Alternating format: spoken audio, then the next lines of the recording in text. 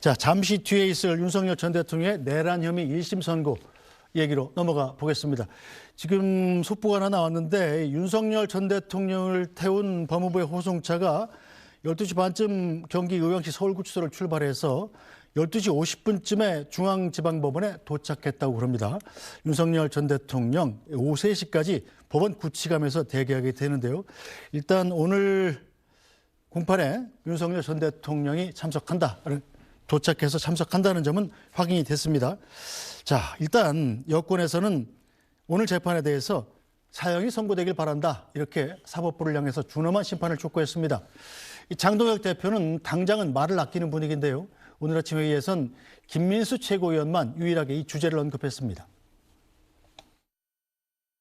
윤석열과 내란 세력은 헌정 질서와 민주주의를 짓밟고 국민의 생명을 위협한 반국가 범죄자들입니다.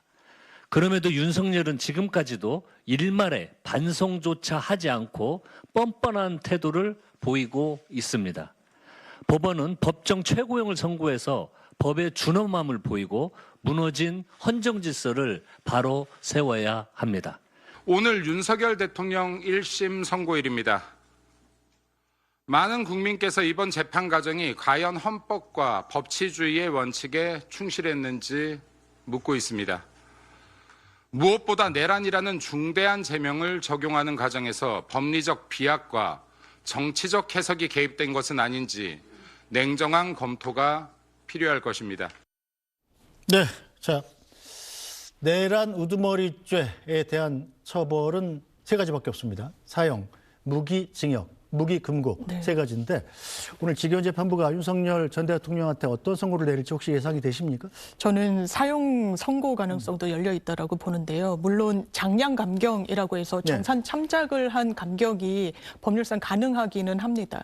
그런데 정산 참작할 수 있는 사유라 함은 사실상 유혈 사태로 번지지 않은 것, 네. 그리고 비교적 빨리 이 계엄 국면이 진정된 것이라고 할 수 있을 텐데요. 그거는 결과적으로 그렇게 된 것이지 피고인 윤석열의 어떤 의지와 노력으로 이루어진 게 아닙니다. 헌법재판소에서도 결론을 내렸습니다만 군의 태업, 마가선 시민들, 담장을 넘어서 이 국회 해제 의결에 참여했던 국민의힘 의원분들도 계십니다.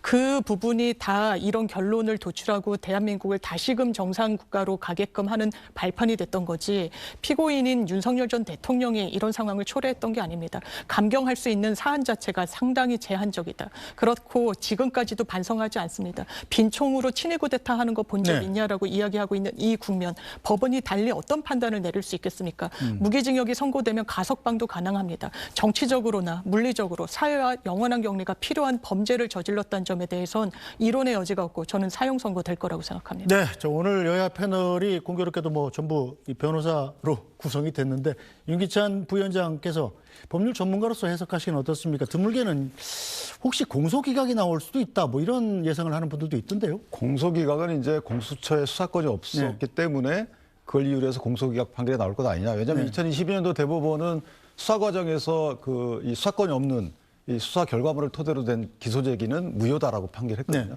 근데 문제는 뭐냐면 이 사건 기소는 검찰이 했지만 수사 자료가 경찰 수사 자료하고 공수처 수사 자료, 검찰 수사 자료가 같이 쓰였기 때문에 아마도 공소기각 판결은 안 나올 가능성이 커요. 그런 특성이 좀 있습니다. 물론 일부에 대해서는 유법 수입 증거라고 해서 증거 판단에 있어서 좀 판단을 할 여지는 없잖아 있겠지만 그런 식의 사유가 있고, 또 하나는 저희가 이제 진영에 따라서 또는 개인적인 주관적 감정에 따라서 형량을 정하는 것도 각자에 따라서는 의미가 있겠지만 법관이나 법조인들 측면에서 보면 이게 선례가 있어요. 이미 이제 전두환 노태우 전 대통령 시절에 내란과 군사반란 혐의로 재판이 있었고 그 형이 확정된 형량이 있기 때문에 그 형량이 이런 기준이 될 가능성이 크다. 따라서 최종 전두환 전 대통령의 경우에는 최종 형이 무기징역이었고 노태우 전 대통령 17년이었잖아요.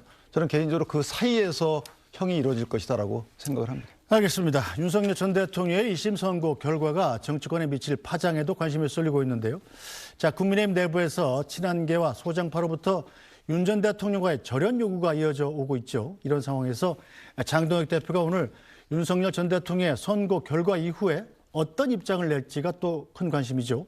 지난 설 연휴 직전에 이 자리에 나왔던 장동혁 대표가 어떻게 이야기했는지 들어보겠습니다.